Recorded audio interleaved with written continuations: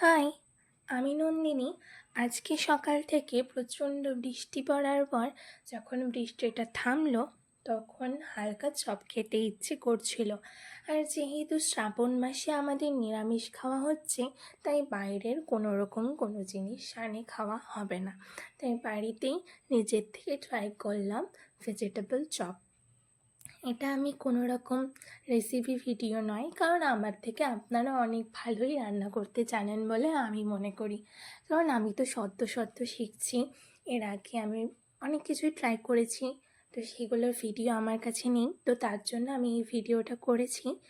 আর সত্যি কথা বলতে আমার রান্না করতে খুব ভাল লাগে, মানে জিনিসটা করতে খুব ইন্টারেস্টিং লাগে, তো তার জন্যই শিখছি। আর আমার মনে হয় প্রত্যেকটা ছেলে মেয়েকে এটা শেখা উচিত। তো আমি তাই এইভাবেই রান্নাটা করা শিখছিলাম। তো রান্নাটা করার সময় অনেক কিছুই মা হেল্প করেছিল, কারণ আমি তো খুব মানে খুব ভালো করে করতে পারি না। তো মাই হেল্প করেছিল।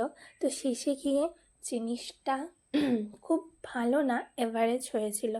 তো মোটামুটি আর কি।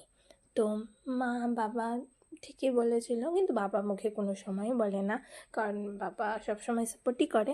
তো আমি জানি আমি শিখতে পারবো। আপনাদের কেমন লাগলো